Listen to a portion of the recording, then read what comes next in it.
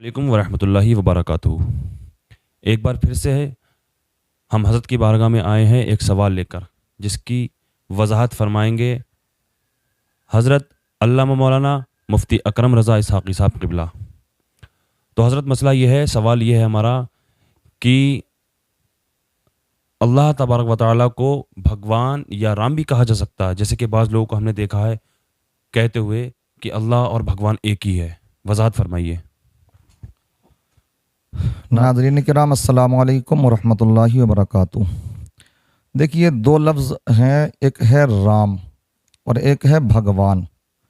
اگر ان کے معانی پر غور کیا جائے تو کفار کا ایک گھنونا عقیدہ یہ ہے کہ رام کے معنی آتے ہیں رما ہوا، گھسا ہوا، سمایا ہوا، اور وہ یہی عقیدہ رکھتے ہیں کہ اللہ ہر چیز میں سمایا ہوا ہے، جبکہ یہ عقیدہ اسلامی نقطۂ نظر سے کفر ہے۔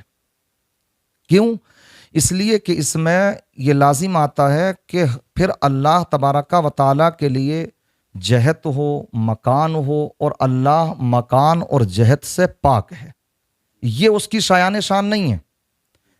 اس لیے اللہ تبارک و تعالیٰ کے لیے رام کے معنی جانتے ہوئے یہ لفظ بولنا یہ کفر ہے۔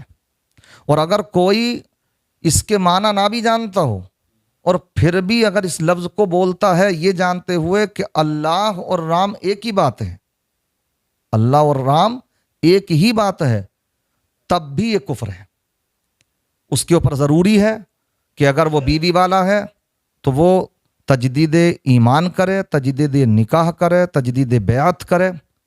اسی طریقے سے بھگوان کے معنی پر اگر ہم نظر ڈالتے ہیں، جیسے کہ صدر الشریعہ نے اس کے معنی بیان فرمائے، مفتی شریف الحق امجد علی علیہ الرحمت والرضوان نے بھی اس کے معنی بیان فرمائے ہیں کہ بھگوان کے معنی سنسکرت زبان میں آتے ہیں، بھگ کے معنی آتے ہیں شرمگاہ، اور وان کے معنی آتے ہیں والا۔ اب اس کے اگر آپ معنی دیکھیں تو کتنے خراب معنی ہیں کہ شرمگاہ والا۔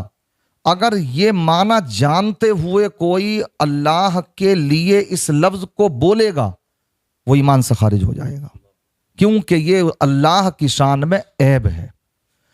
ہمارا اسلامی عقیدہ یہ ہے کہ اللہ تبارک و تعالیٰ ایک نور ہے۔ قرآن میں اللہ نے بیان فرمایا حضرت موسیٰ علیہ الصلوۃ والتسلیم کے لیے، جب انہوں نے اللہ کی بارگاہ میں عرض کی تھی مالک و مولا میں تیرا دیدار کرنا چاہتا ہوں، تو اللہ نے فرمایا تھا لن ترانی، لیکن اللہ نے فرمایا اگر دیکھنا ہی چاہتے ہو تو انظر الی الجبل فإن استقر مکانہ فسوف ترانی فلما تجلی ربہ للجبل جعلہ دکا وخر موسیٰ صعقا۔ اگر دیکھنا ہی چاہتے ہو تو اس پہاڑ کی طرف نظر ڈالو تم وہاں میرا دیدار کر لو گے۔ اب آگے ہے فلما تجلی ربہ للجبل، اور جب ان کے حضرت موسیٰ علیہ السلام کے رب کا نور پہاڑ پر اترا۔ امام عشق و محبت سرکار اعلی حضرت فاضل بریلوی علیہ الرحمت والرضوان اس کا ترجمہ فرماتے ہیں کہ جب ان کے رب کا نور اترا، اسی بات کی طرف اعلی حضرت اشارہ فرما رہے ہیں کہ اللہ نور ہے، اللہ نور ہے۔ شب معراج پیارے آقا صلی اللہ علیہ وسلم جب لا مکہ تشریف لے گئے، اللہ کے قرب خاص میں تشریف لے گئے، اللہ نے اس کو بھی قرآن میں بیان فرمایا، اتنے قریب پہنچے کہ ثم دنا فتدلی فکان قاب قوسین او ادنا، کہ پھر وہ جلوہ نزدیک ہوا اور بہت نیچے اتر آیا۔ فکان قاب قوسین او ادنا، پھر اس جلوے اور اس محبوب کے درمیان میں 2 کمانوں کے برابر فاصلہ رہ گیا، بلکہ اس سے بھی کم۔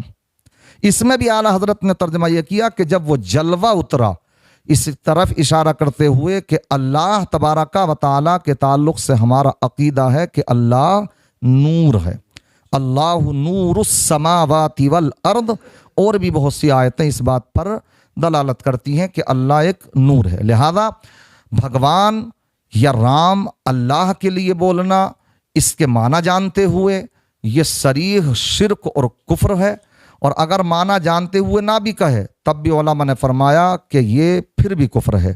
اس کے لیے ضروری ہے کہ وہ تجدید ایمان، تجدید نکاح، تجدید بیعت کرے۔ اس پرفتن دور میں آج بہت سے لوگ، یہ واقعی صحیح آپ نے سوال کیا، بڑا اہم سوال کیا، لوگ اس پر توجہ نہیں دیتے ہیں، یہاں تک کہ اپنے ایمان کو بھی داؤ پر لگا دیتے ہیں۔ پیارے آقا صلی اللہ تعالیٰ علیہ وسلم کی وہ حدیث پاک ہمیں یاد آتی ہے کہ آقا نے ایک موقع پر ارشاد فرمایا تھا کہ قیامت کی نشانیوں میں سے ایک نشانی یہ بھی ہے کہ انسان کے لیے ایمان پر ثابت قدم رہنا اتنا مشکل ہو جائے گا جیسے کہ ہتھیلی پر انگارہ رکھنا۔ آج یہ باتیں اگر ہم کسی کو سمجھاتے ہیں تو بجائے اس کے کہ اپنے اس اصلاح قبول کرے، اپنے ایمان کی فکر کرے، وہ جو سمجھاتے ہیں تو وہ انہی کے سر ہوتے نظر آتے ہیں۔ اللہ تعالیٰ مجھے آپ کو سب کو علم نافع عطا فرمائے، عقل سلیم عطا فرمائے۔ السلام علیکم ورحمۃ اللہ وبرکاتہ۔